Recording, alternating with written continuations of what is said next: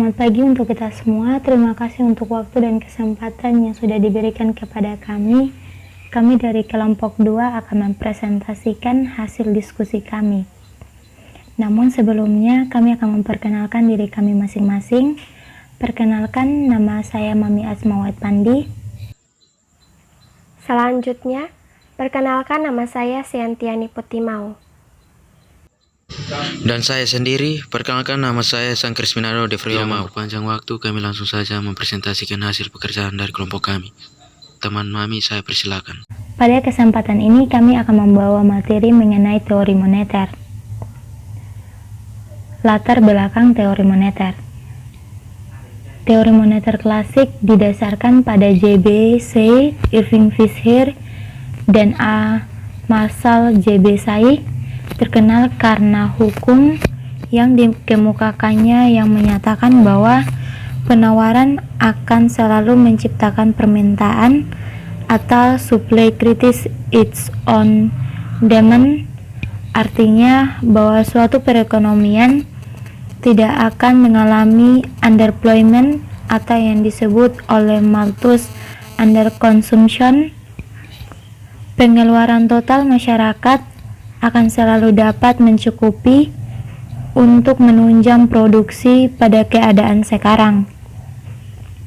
Teori moneter banyak dihubungkan dengan teori kuantitas uang yang beranggapan bahwa faktor yang banyak mempengaruhi nilai uang adalah jumlah uang yang beredar atau quantity of money atau supply of money. Selanjutnya, pengertian teori moneter.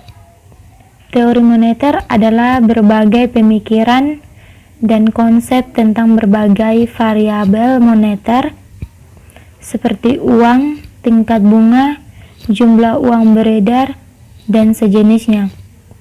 Di samping itu, pembicaraan dalam teori moneter juga tidak dapat dilepaskan dari variabel ekonomi lainnya seperti inflasi, pendapatan nasional, maupun nilai tukar uang.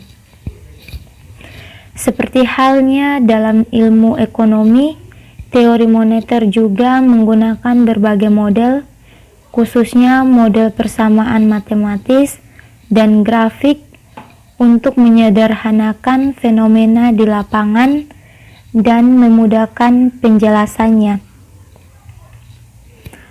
Selanjutnya, model-model teori moneter. A. Model persamaan matematis. MV sama dengan PT, di mana M adalah jumlah uang,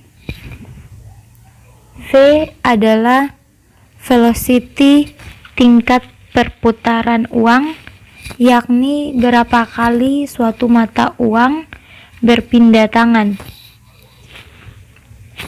P adalah harga barang, T volumen atau jumlah barang yang menjadi objek.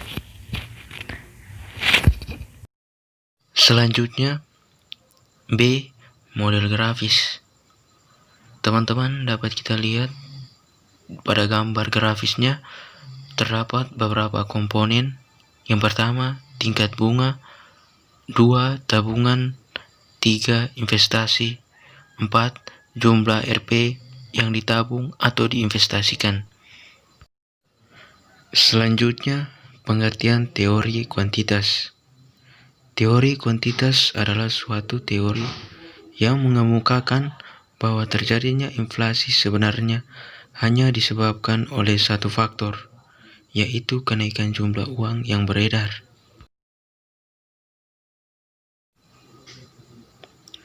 Teori kuantitas menurut para ahli. Yang pertama, teori kuantitas dari Ricardo.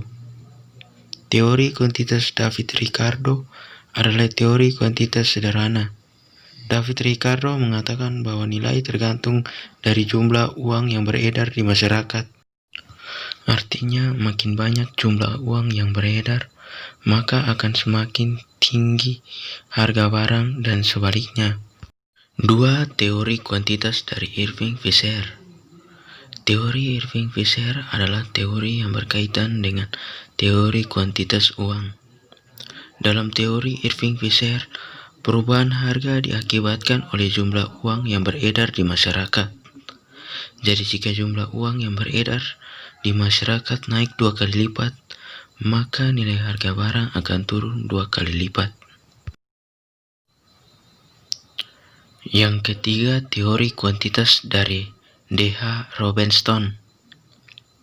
Robenstein melihat nilai uang dari segi cash balance, jumlah uang yang disimpan untuk persediaan kas atau lama rata-rata menganggur.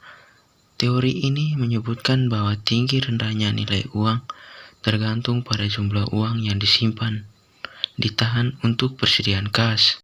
Yang keempat, teori kuantitas dari Marshall. Income Velocity Approach atau Marshall Equation sudah menunjukkan adanya permintaan terhadap uang di mana masyarakat menghendaki sebagian dari pendapatannya disimpan dalam bentuk uang tunai. Oleh karena itu, teori kuantitas uang ini sering pula disebut sebagai teori permintaan uang. Teori moneter Keynes. A Tract on Monetary Reform merupakan buku Keynes yang menegaskan pentingnya kebijakan stabilitas harga. Instabilitas harga memiliki dampak yang berbeda terhadap 3 golongan masyarakat. Yang pertama, investor. Investor dirugikan pada saat terjadi inflasi atau kenaikan harga. Yang kedua, pengusaha. Pengusaha dirugikan saat terjadi deflasi atau harga-harga secara umum jatuh dan nilai uang bertambah. Ketiga, penerimaan upah dirugikan saat terjadi deflasi.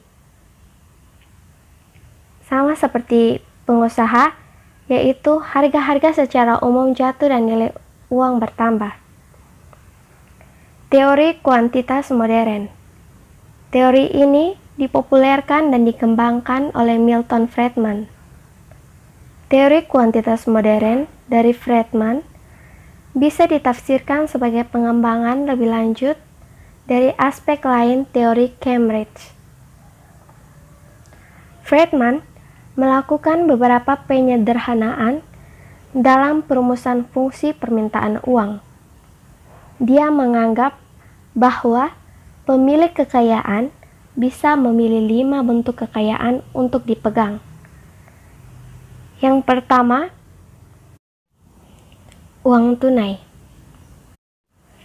Hasil atau imbalan untuk aktiva yang dipegang dalam bentuk uang tunai dapat berupa uang pula, misalnya bila uang disimpan dalam bentuk tabungan atau rekening giro.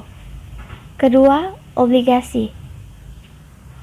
Hasil yang diperoleh dari aktiva dalam bentuk obligasi adalah pendapatan bunga dan keuntungan kapital.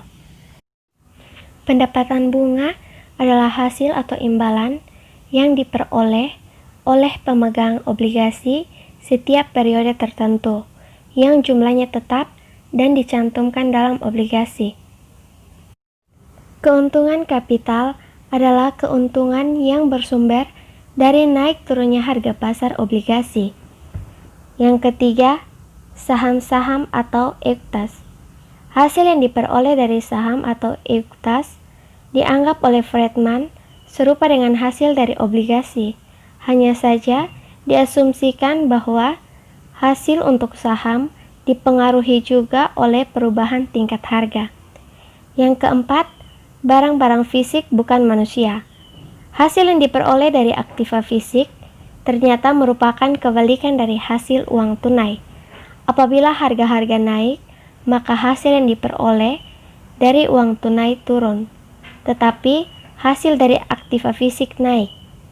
Jadi, hasil yang diperoleh dari uang tunai maupun hasil dari aktiva fisik dipengaruhi oleh presentasi perubahan harga. Yang kelima, kekayaan manusiawi atau human capital. Semakin besar aktiva manusiawi yang dipegang relatif terhadap aktiva-aktiva lain, maka akan semakin besar permintaan uang tunai orang tersebut, karena aktiva manusiawi tidak bisa diperjualbelikan seluas aktiva-aktiva lain. Untuk mengimbangi kekurangan fleksibilitas dari struktur aktiva yang dipegangnya, ia akan cenderung memilih memegang lebih banyak uang tunai daripada aktiva-aktiva lain. So many presentation from our group. We thank you very much.